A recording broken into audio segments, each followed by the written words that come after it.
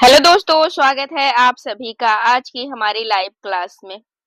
तो दोस्तों, आज हम डिस्कस करने वाले हैं 1 से लेकर के 50 तक के जीके जीएस के प्रश्न। हम पढ़ रहे हैं यूपी टेट के लिए एसएसटी का सिलेबस जो है। तो आज हम देखेंगे 50 इंपॉर्टेंट जो है कि बहुविकल्पीय प्रश्न।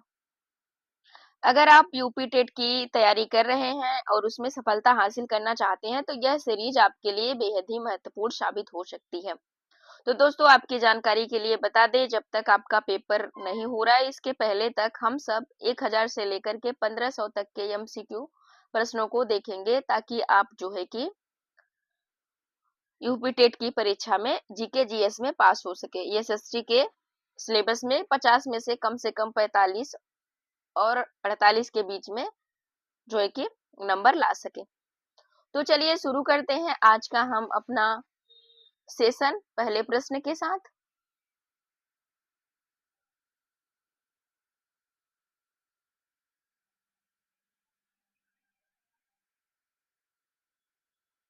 तो आप सबके सामने पहला प्रश्न है,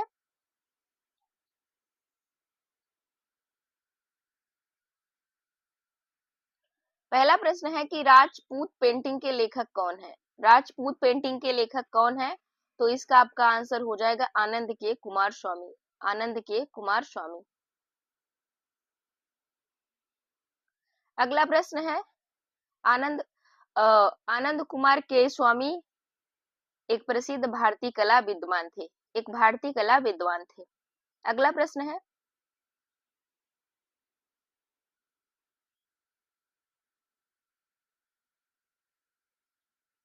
अगला प्रश्न है कि लोक कला का संबंध है। लोक कला का संबंध किससे है? शहरी कला से, आधुनिक कला से, क्षेत्रीय कला से और अंतरराष्ट्रीय कला से। तो आपका आंसर हो जाएगा क्षेत्रीय कला से। लोक कला किसी विशेष क्षेत्र की पारंपरिक अभिव्यक्ति होती है।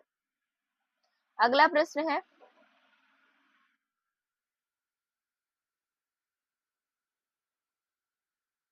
अगला प्रश्न है ज्यामिति डिजाइन कहते हैं। ज्यामिति डिजाइन प्राकृतिक आकारों से बनी आकृति को, ज्यामिति आकारों से बनी आकृति को, जानवरों के आकारों से बनी आकृति को और मानव आकृति से बनी डिजाइन को। आपका सही आंसर हो जाएगा बी, ज्यामिति आकारों से बनी आकृति को।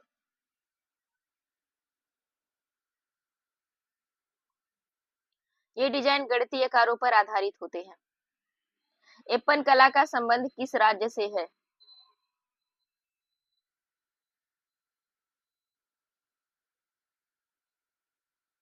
एप्पन कला का संबंध किस राज्य से है? राजस्थान, गुजरात, उत्तराखंड, हिमाचल प्रदेश। आपका आंसर हो जाएगा सी, उत्तराखंड।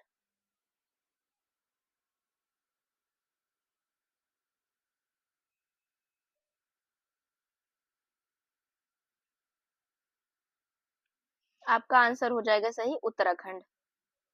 एप्पन उत्तराखंड की पारंपरिक लोक चित्र कला है। अगला प्रश्न है,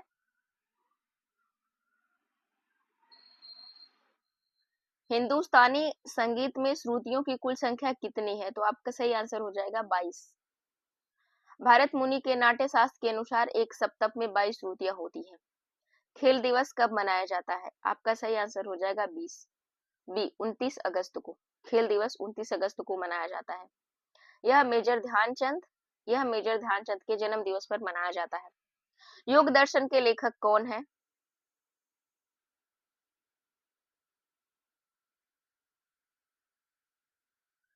योग दर्शन के लेखक कौन है? तो आपका सही आंसर हो जाएगा महर्षि पतंजलि। तो महर्षि पतंजलि योग दर्शन की रचना की थी। अगला प्रश्न है, जीन प्रोटीन किस फसल से संबंधित है?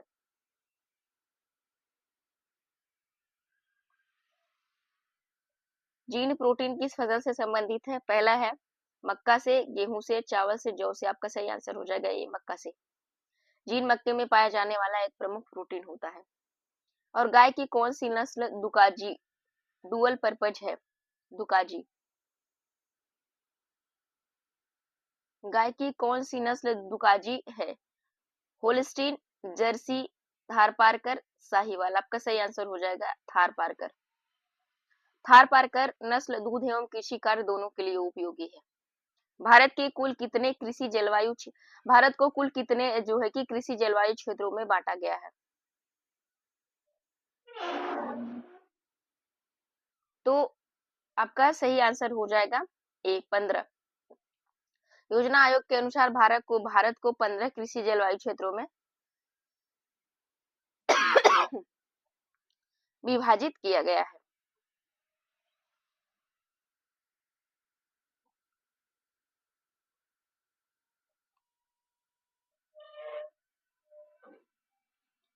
विभाजित किया गया है।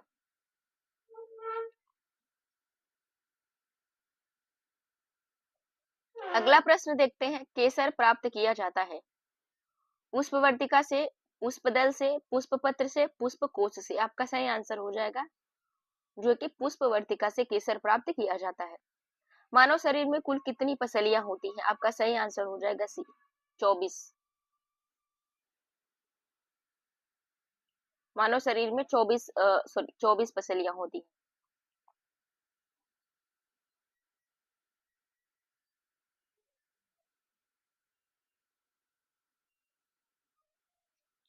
अगला प्रश्न है, टीएबी टीका किस रोग से बचाव करता है? चेचक से, मियादी बुखार से, पोलियो से, खसरा से। आपका सही आंसर हो जाएगा बी मियादी बुखार से यानी टाइफाइड।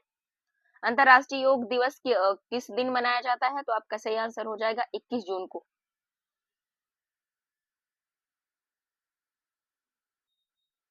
किन वस्त्रों में गोंद के कल्फ का उपयोग होता है? आपका सही आंसर हो जाएगा बी रेशमी वस्त्रों में। हिंदुस्तानी संगीत में शुद्ध और विकृत कुल कितने स्वर होते हैं? आपका सही आंसर हो जाएगा सी 12।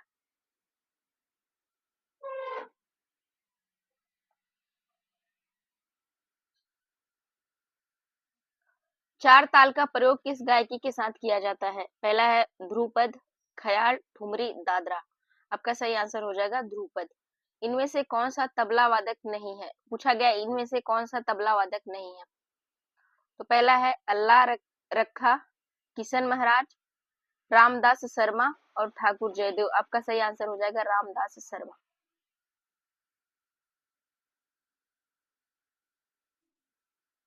अगला प्रश्न है, प्रथम राष्ट्रीय खेल कहाँ आयोजित हुए थे? आपका सही आंसर हो जाएगा नई दिल्ली। आज भारत के आज भारत को गीता ही नहीं बल्कि फुटबॉल मैदान की आवश्यकता है। यह कथन किसका है? आपका सही आंसर हो जाएगा बी स्वामी विवेकानंद।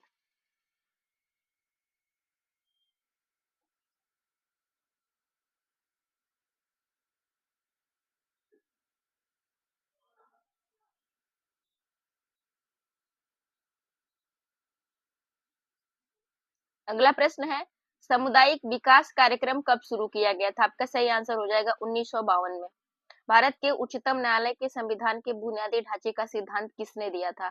केशवानंद भारती मामला।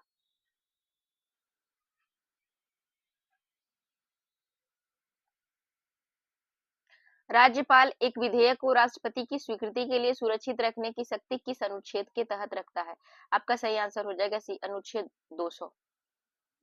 उपराष्ट्रपति का निर्वाचन कौन करता है?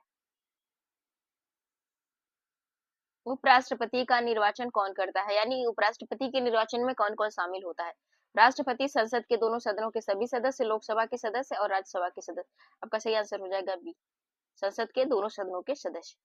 निम्नलिखित में से कौन सा सार्क का सदस्य नहीं है?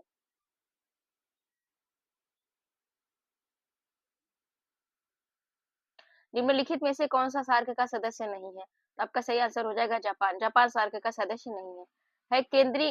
केंद्रीय बीज किसे कहते हैं? केंद्रीय बीज किसे कहते हैं? आपका सही आंसर हो जाएगा सी बीज को।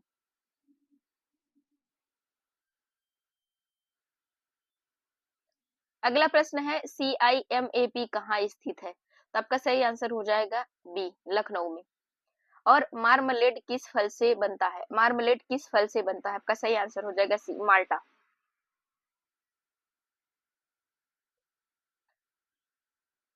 अगला प्रश्न है, CFTRI कहाँ स्थित है? आपका सही आंसर हो जाएगा सी हैदराबाद, कर्नाटक मैसूर। सॉरी, कर्नाटक मैसूर। जेली में मुख्य परिरक्षक क्या होता है? आपका सही आंसर हो जाएगा शर्करा, शुगर।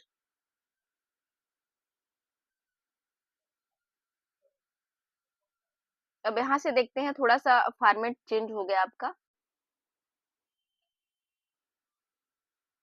तो देखिए यहाँ पे क्या कहते हैं कि कहा गया है कि प्रभावी अध्ययन के लिए विषय वस्तु का जितना ही ज्ञान आवश्यक है, उतना ही महत्वपूर्ण शिक्षण विधियों का ज्ञान भी आवश्यक है। एक आदर्श शिक्षक दोनों का समन्वय करना चाहिए। तो दोनों का समन्वय करके आपको जो है कि पढ़ाया जा रहा है। तो सबसे पहला प्रश्न जो देखिए आप कि सामाजिक अध्ययन के जो अध्यापक को किस विषय वस्तु के साथ साथ का ज्ञान होना चाहिए। तो आपका सही आंसर है शिक्षण विधियों का।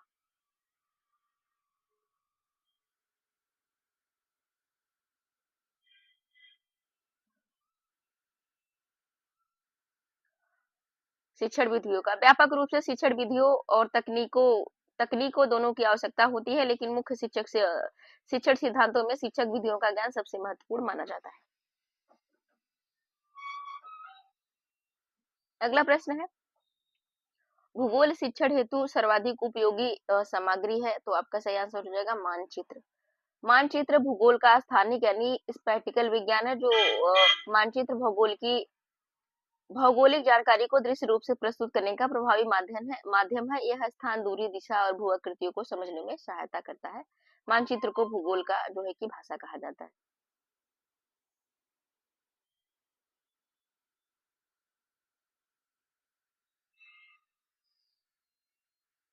अगला प्रश्न है अष्टाध्यायी के लेखक कौन है। तो पहला शुक्लदेव, दूसरा पाणिनि, वाल्मीकि, वेदव्यास। आपका सही आंसर हो जाएगा पाणिनि। पाणिनि जो है कि ये अष्टाध्यायी के जो है कि रचना किया था संस्कृत में। इसमें 8 अध्याय, लगभग 400 सूत्र है। यह विश्व की सबसे वैज्ञानिक व्याकरण ग्रंथ मानी जाती है। पाणिनि को व्याकरण का पिता कहा जाता है। और द्वितीय बौद्ध समिति का आयोजन किसके राज्यकाल में हुआ। इसका सही आंसर हो जाएगा कालाशोक। कालाशोक। तो द्वितीय बौद्ध समिति का जो है कि आयोजन जो हुआ था 383 ईसा पूर्व का आयोजन वैशाली के कालाशोक के राज्यकाल में हुआ था, जिसकी अध्यक्षता सबकामी ने की थी। इसमें भिक्षुओं के 10 आचरणों से लेकर विवाद हुआ और संगीत के परिणाम स्वरूप बौद्ध स्थाविर और महासांगिक 2 शाखाओं में विभाजित हो गया।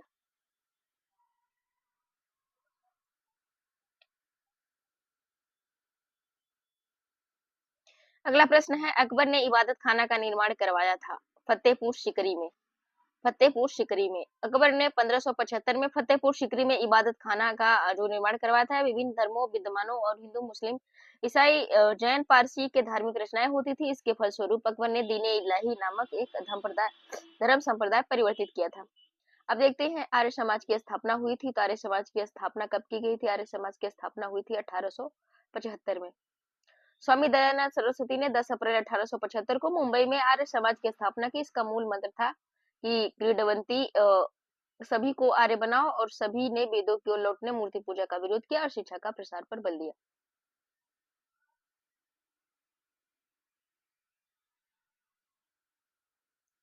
निम्नलिखित में से काकोरी कांड से संबंधित नहीं है।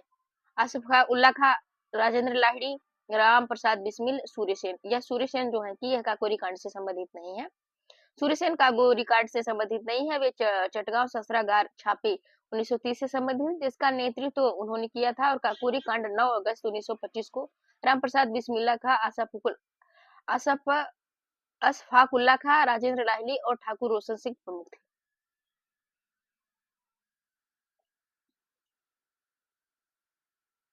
अगला प्रश्न है भारतीय संविधान का कौन सा भाग मौलिक अधिकार से संबंधित है। आपका सही आंसर हो जाएगा भाग 3। भाग 3 12 से 35 से 35 में मौलिक अधिकार दिए गए, जिन्हें भारत का मैग्ना कार्टा कहा जाता है। ये अधिकार न्यायालय द्वारा परिवर्तनीय होते हैं। अगला प्रश्न है कि पंचायती राज को सुदृढ़ करने हेतु कौन सा संविधान जो है कि संविधान का संशोधन किया गया है। तो आपका सही आंसर हो जाएगा 73वां संविधान संशोधन। 73वां संविधान संशोधन 1992 पंचायती राज संस्थाओं को संवैधानिक दर्जा दिया गया। भाग 9 11वीं अनुसूची जोड़ी गई। मौलिक अधिकार अमेरिका।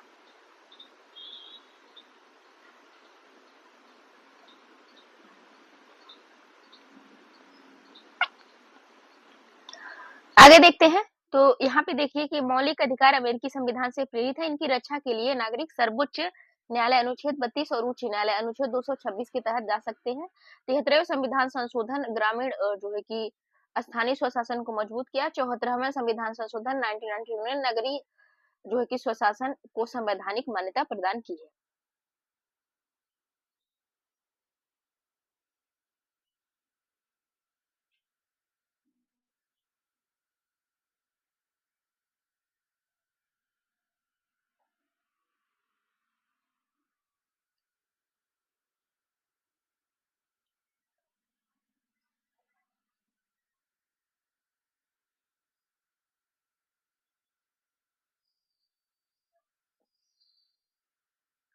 संवैधानिक मान्यता प्रदान की है। अब देखते हैं अंतर्राष्ट्रीय न्यायालय का मुख्यालय। तो इसका सही आंसर हो जाएगा the Hague, the Hague Netherlands. अंतर्राष्ट्रीय न्यायालय आईसीजे संयुक्त राष्ट्र का प्रमुख न्यायिक अंग है। इसकी स्थापना 1945 में हुई थी और इसका जो मुख्यालय है वह द हेग नीदरलैंड में स्थित है। इसमें 15 न्यायाधीश होते हैं जिनका कार्यकाल 9 वर्ष का होता है, 9 वर्ष होता है। जनसंख्या नियंत्रण की सूची में है, तो आपका सही आंसर हो जाएगा समवर्ती सूची में। तो जनसंख्या नियंत्रण एवं परिवार नियोजन समवर्ती सूची में सूची का विषय है, अर्थात केंद्र और राज्य दोनों इस पर कानून बना सकते हैं। संविधान की 7वीं अनुसूची में 3 सूचियां हैं, संघ सूची, राज्य सूची, समवर्ती सूची। अगला प्रश्न है कि कौन सा नीति निर्देशक सिद्धांत विदेश नीति से संबंधित है। आपका सही आंसर हो जाएगा 51। 51 राष्ट्र को अंतर्राष्ट्रीय शांति एवं सुरक्षा को बढ़ावा देने हेतु देशों के बीच न्याय संगत संबंध बनाए रखने, अंतर्राष्ट्रीय कानून का सम्मान करने का निर्देश दिया गया है।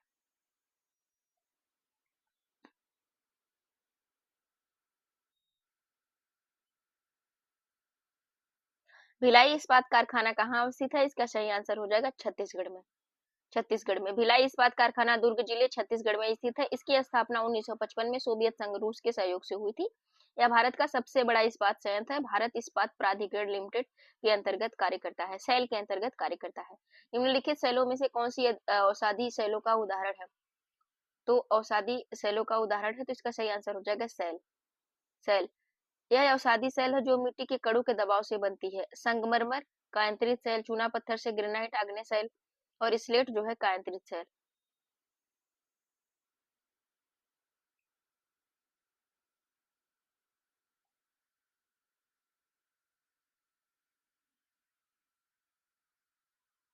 यहाँ पे देखिए दिख रहा होगा आग्नेय शेल, यहाँ पे ग्रेनाइट हो गया, बेसाल्ट हो गया, ऑब्सिडियन हो गया। औषधि सेल हो गया, चूना पत्थर हो गया, बलुआ पत्थर हो गया। रूपांतरित तो हो गया मार्बल, स्लेट और क्वार्टजाइट। इस तरीके से आप देख सकते हैं।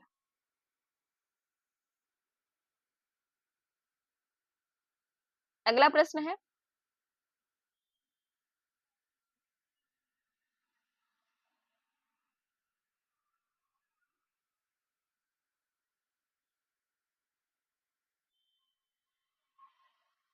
अगला प्रश्न है पूच्छल तारे की पूंछ की दिशा सदैव होती है सूर्य से दूर।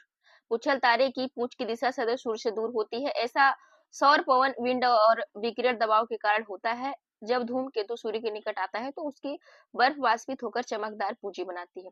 निम्नलिखित में से कौन सा भ्रंश से संबंधित है। तो आपका सही आंसर हो जाएगा ग्रेबिन। ग्रेबिन फॉल्टिंग के कारण धसे हुए भाग को कहते हैं, जिसे भ्रंश घाटी भी कहते हैं। राइन घाटी यूरोप, नर्मदा घाटी भारत, इसके विपरीत उठे हुए भाग को होस्ट कहते हैं।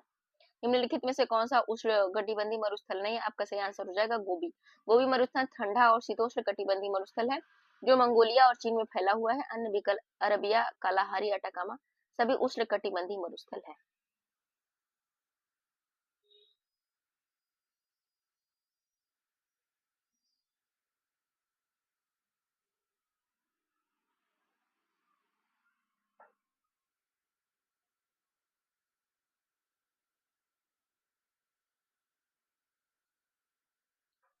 उपमहाद्वीपों के अनुपातिक क्षेत्र एवं आकार को दर्शाने में सर्वाधिक उपयुक्त है। तो आपका सही आंसर हो जाएगा ग्लोब। ग्लोब पृथ्वी का त्रिआयामी मॉडल है जो उपमहाद्वीप के वास्तविक आकार, क्षेत्रफल, स्थिति को सटीक रूप से दर्शाता है। मानचित्र प्रक्षेपण मैप प्रोजेक्शन के कारण आकार में विरूपण हो सकता है, लेकिन ग्लोब में ऐसा नहीं होता।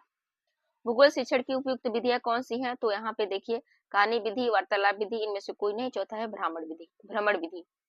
तो इसका सही आंसर हो जाएगा फील्ड ट्रिप मेथड, भ्रमण विधि।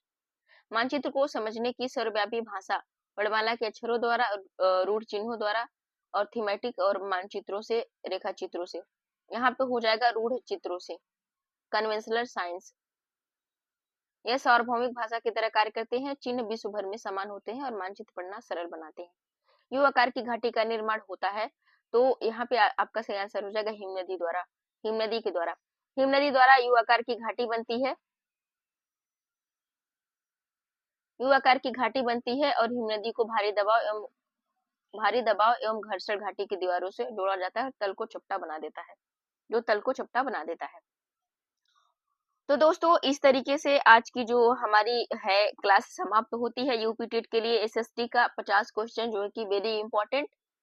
तो हम इसी समय पर 8 बजे आपसे डेली मिलेंगे। तो अपनी तैयारी करते रहिए और यहाँ पे रिवीजन करते रहिए डेली क्वेश्चन एमसीक्यू के साथ। थैंक यू सो मच, अपना ध्यान रखें और अच्छे से पढ़ाई करें। मिलते हैं आपसे अगली क्लास में। Thank you so much.